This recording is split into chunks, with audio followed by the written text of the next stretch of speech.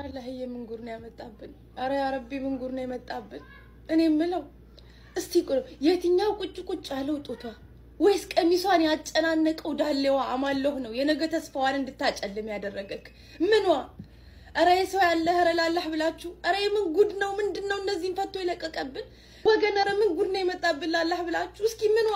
ስንት እህቶች እኮ አሉ ትዳርን የሚፈልጉ ስትርን የሚፈልጉ እነሱን ትቶ ህፃናት ላይ እንዲህ የሚያረጋችሁ ምንድነው?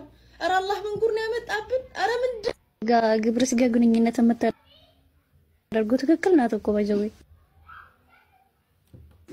እኛም ይሄንን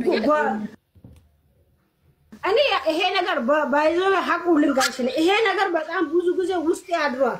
የዛሬ አመቱም ትንሽ አንስቼ ነበር አራቴ ምናምን ብሎ ተጫጫሁብኝ እንጂ ትልቅ ሰው ህፃን ልጅ የለውም እንደሱ የራሱ ህፃን ልጆች እያለ የ9 አመት ልጅ እሸት ልጅ ገና እስከምትታመም ድረስ ርህራሄ በዚህ ዙሪያ የሆነ ታሪክ ልንገርሽ። ነብዩ መሐመድ ታሪክ ነው አይደል እያወራን ያለ ነው። ስለዚህ ነብዩ መሐመድ እሳቸው በ54 አመት ሆኖ የ9 አመት ልጅ ግብረ ስጋ ግንኙነት ሲያደርጉ ልጃቸውን ፋጥማን ግን እንደውም ትልቅ ሴት ናትና ለጋብቻ ሲጠየቁ ልጅ ያልደረሰችው ብሎ ከልክሎ ነበር።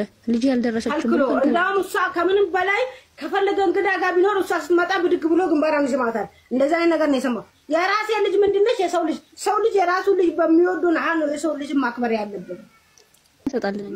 ብዙ ኡስታዞች አሉ እኔ ተነሱ ስልክ ቁጥር ምናምን ያኔ እንደዛ ቀውጤ ከተማውን በማረግበት ሰዓት ሽማግሌ ተልኮብኝ አቁሚ ይሄ ነገር ካንቺ ተጠብቁናም ተብይገባ። በእነኚህ ሁለት ሙስሊም እህቶቻችን መካከል ሁለት መሰረታዊ ልዩነት አለ። የመጀመሪያው ቁርአኗንም ሐዲሷንም የነብዩን ሱና ምንም የምታውቀው ነገር የለም። ስለዚህ ህፃናት እንዴት ነው እሱ ወንዶች መታገቡ የምትገናኙት ገና ጡታቸው ጉጭ ያላለ እያለች አምረራ እየተቃወመች ነው። ይሄንን ያልኩት ሐዲሷን ስለማታውቅ ነው። ሐዲሷን ብታውቅ ኖሮ ነብዩዋ በ56 አመቱ የ6 አመት ህፃን ልጅ እንዳገባ ይሄንን ብታነብ ኖሮ ምን ዋጓግቷችሁ ነው እያለች እንደዚህ አትናገርም ነበር። ሱነን ነቢ ዳውድ አንድ ላይ እንዲህ ይላል ናሬትድ አይሻ እንደተረከችው the messenger of Allah married me when I was 7 years old ያላ መልእክተኛ በ7 ዓመት ያገቡኝ። the narrator Suleiman said or 6 years ተራኪው ሱሌማን ምን ይላል? ወይንም በ6 ዓመቷ he had intercourse with me when I was 9 years old በ9 ዓመቴ ላይ ግብረ ስጋ ግንኙነት ፈጸመብኝ ትላለች ህፃኗ አይሻ። አንቺ እንዳልሻት ገና ጉጭ ያለ ጡት እንኳን የማይኖራት ማለት ነው። እንግዲህ የ12 ዓመት ምናምን ህፃናት ግንኙነት ተደረጉ ስትባል ምን ዋጓግቷችሁ ነው እያለች አላህ ድረስልን እያለች ነው። አላህ ደግሞ ምን ይላል?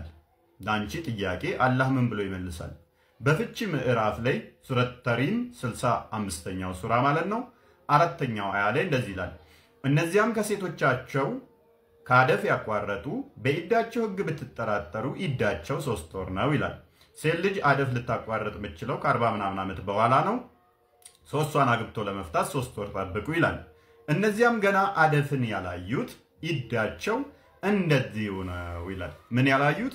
አደፍን ያላዩት ወር አበባ ማየት ያልጀመሩትም የ3 ዓመትም የ4 ዓመትም የ5 ዓመት ህፃን ልጅን አግብቶ ለመፍታት ኢዳ 3 ወር ጠብቁ ይላል። የኛው ቁርአን ላይ ደግሞ ህፃናቶችንም ይላል። ህፃናቶችን ፔሪድ ማየት ያልጀመሩትን መፍታት ስትፈልጉ 3 ወር ጠብቁ። የእርግዝና ባለቤቶች እርግዝናቸውን መውለድ ነው ይላል። የመጀመሪያዋ ልጅ ይሄንን ቁርአንና ሐዲሷን ስለማጣ ነው። ሁለተኛዋ ልጅ ግን ሐዲሷን ታውቃለች፣ የነብዩን ሱና ታውቃለች፣ ህፃን ልጅ በሽምግልናው እንዳገባ ታውቃለች። ነገር ግን ከዚህ በፊትም አንስቼ ይሄንን ሐሳብ ተቃውሜ ረፊ አቁሚ ብለው ተቆጥተው ነው የተውኩት በሚል በሼም ትክክል እንዳልሆነ ያወቀች እስልምና ውስጥ የተቀመጠች ነች። በጣም በሚያሳዝን ሁኔታ እህታችን ከእንደዚህ አይነት አይምሮሽ ከማይፈቅደው ከእስልምና እንድትወጪ ጥሪ እናቀርብልሻለን ማለት ነው። እንዴት ሽማግሌ የሆነው ህፃን ልጅን እንደዚህ ያደርጋል? ልጅ የለውም ወይ ላልሹ ልጅ አለችው። ልጁን ግን ከ15 ዓመት እስከ 18 19 ዓመት የሚሆናትን ልጁን ለ40 ዓመት ሰው አልድርም ህፃን ነች ብሏል። እሱ በ56 ዓመቱ የ6 ዓመት ያገባል።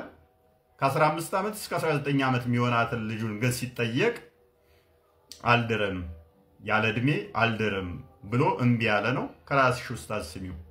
ከ15 እስከ 18 ዓመቷ እንደነበረች ማን ያስቀምጣል? ኢብኑ ሳድ ያስቀምጣል። ስለዚህ በእድሜ ደረጃ ማንን ትበልጣለች? አይሻን ትበልጣለች። በእድሜ ደረጃ እንደምትበልጣት በጣም እሙን የሆነ ነው። በጣም ግልጽ የሆነ ነገር ነው። ታዲያ አላህ መልእክተኛ ሺስ ያንግ ማለታቸው ወይ ልጅ ናት ማለታቸው ስለምንድን ነው ከተባለ ከአቡበከርና ከዑመር እድሜ አንጻር ነው። ሁለት አይነት መልሶች አሉ። ሁለት አይነት አንድምታዎች አሉ። የመጀመሪያው ምንድን ነው? አሊ ሲጠይቃቸው ለምን ነበር የሰጡት ታውቃለህ? አሊ ሲጠይቃቸው ለምንድን ነው የሰጡት ስንል ኢቭን እጅግ በጣም ተቀራራቢ እድሜ፣ እሱ በሀያዎቹ ውስጥ ያለ ሰው ነበረ፣ እሷ ደግሞ በ10ዎቹ ውስጥ ነበረች። ማን? ፋጢማ። ሌሎቹን ስንመለከት ግን ከዚያም ያለፉ ናቸው። ስለዚህ ያንግ ብሎ ያሏት ከማን እድሜ አንጻር ነው? ከሰዎቹ እድሜ አንጻር ነው እንጂ እሷ ስላልደረሰች አይደለም። አሰረህ እንደሆንህ መፋታትን አትሻ፣ እንዳትፋታ ግን በሚስት አልታሰርህ እንደሆን ሚስትን አትሻ፣ እንዳትፈልግ ሚስትን። ይሄ ምን አይነት ትዕዛዝ ነው? ምን አይነት ትዕዛዝ ነው? ያ ካላገባችሁ እንዳታገቡ፣ አግብታችሁ ከሆነ ግን እንዳትፈቱ። ይሄን አንፈልግም። አምላክ እንደዚህ ብሎ አይናገርም ሲጀመር። መልካም። ትናንትና ማታ ዞር ዞር ስል እነኚህ ኡስታዞች ሰብሰብ ብለው ጳውሎስን ቦጨቅ እያደረጉት ነው። እንደዚህ ጳውሎስን የሚጠሉ ከሆነማ ለምን ውይይት አናደርገውም ብዬ ሪኩዌስት ልኬላቸው ነበር ማለት ነው። እና ኢሚዲየትሊ ኮመንት ላይ ጥያቄ ገና ሳቀርብላቸው እንደምታዩት ሚዩት ነው ያደረጉኝ ማለት ነው። ይሄ ሁሉ ጀማ ተሰብስቦ ውይይት እናደርግ እንወያይ ሲባሉ ቤታችን ነው ሄደን ጀስት ሚዩት አደረጉን። ከዛ ሚዩታቸውን ቀጠሉ ማለት ነው። እና መጨረሻ መልእክት አለኝ ግን አሁን ያነሳውን እናፍርሰው። በአንደኛ ቆሮንቶስ ምዕራፍ 7 ቁጥር 27 ላይ ያለን ተጠቀሰና ይሄ ፈጣሪ ቃል ሊሆን አይችልም ማለት። ክፍሉ ምንድነው የሚለው? በሚስት ታስረህ እንደሆነ መፋታትን አትሻ ወይንም አትፈልግ። ሚስት ካለች የማግባት ፍላጎት አይኖርህ፣ አትፍታት። በሚስት አልታሰረህ እንደሆነ ሚስትን አትሻ። ይሄ ምንድነው? ስለ ፍላጎት እየተናገረ ነው። በቆሮንቶስ የነበሩ ሰዎች ያገባሉ ይፈታሉ፣ ያገባሉ ይፈታሉ። እንደዛ አይነት ነገር አታድርግ። ነገር ደግሞ አለማግባት ከፈለክ መፍትህ ነው የሚል ጳውሎስ ምክር እየሰጠ ነው። ቁጥር 28 ላይ ይመጣና ብታገባ ግን ኃጢአት አትሰራም ማለት። አለማግባት መፍትህ ነው፣ ብታገባ ግን ኃጢአት አትሰራም። ድንግሊቱም ብታገባ ኃጢአት አትሰራም። እሷም ማግባት ከፈለገች ኃጢአት የለባትም። ይሄ የተፈቀደ ነው፣ ምክንያቱም ጋብቻ ቅዱስ ስለሆነ ማለት ነው። ነገር ግን እኔ ሳላገባ እሷም ሳላገባ እንዲሁ መኖር ፈልጋለሁ፣ ፈጣሪን እንዲሁ እያገለገልኩ መኖር ፈልጋለሁ ካላችሁ መፍታችሁ ነው። ይሄንን የፈጣሪ ቃል አይደለም ማለት እና የፈጣሪ ቃል የሚሆነው እንደዚህ እንደምታየው ሱራ 4:23 ላይ 2:2 3:3 4:4 አግቡ፣ ባሪያዎችን ደግሞ እንደፈለጋችሁ ተገናኙ የሚለው ነው የፈጣሪ ቃል የሚሆነው።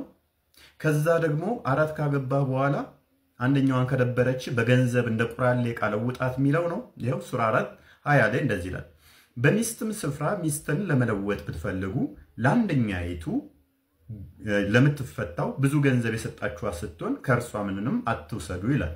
ምን ብትሉ? በሚስት ስፍራ ሚስትን ለመለወጥ ብትፈልጉ ብትሹ ማለት ነው። ገንዘብ ስጧትና ለውጧት፣ ቁራሌ ስለሆነች ሚስት ማለት ነው እንደ እስልምና አስተምረው። ቅዱስ ጳውሎስ ግን አትፈልግ፣ ሚስትን መቀያየር መለዋወጥ አትፈልግ ብሎ ደነገገ። ይሄንን እንዴት ምናምን የፈጣሪ ቃል አይሆንም። እና የፈጣሪ ቃል የሚሆነው 4 ታገባለህ፣ አንደኛው ስደብር በገንዘብ ትለውጣታለህ እሱ ነው ወይንስ እንደ ነብይ ሱና ነብይ ዳውድ አንድ ላይ ነው ወይት አይሻ እንደተረከችው the messenger of Allah married me when I was 7 years old. The narrator Suleiman said, or 6 years old. He had intercourse with me when I was 9 years old. ትላለች አይሻ ምን ትለናለች? በ7 ዓመት ወይንም ደግሞ ተራጊ በ6 ዓመቷ አገባት። ማንን? አይሻ። የ56 ዓመቱ ሽማግሌ የ6 ዓመት ህፃን ልጅ አግብቶ በ9 ዓመት ዲፍላወር አደረጋት፣ ገነጣጠላት ማለት ነው። ይሄ ነው የፈጣሪ ቃል የሚሆነው።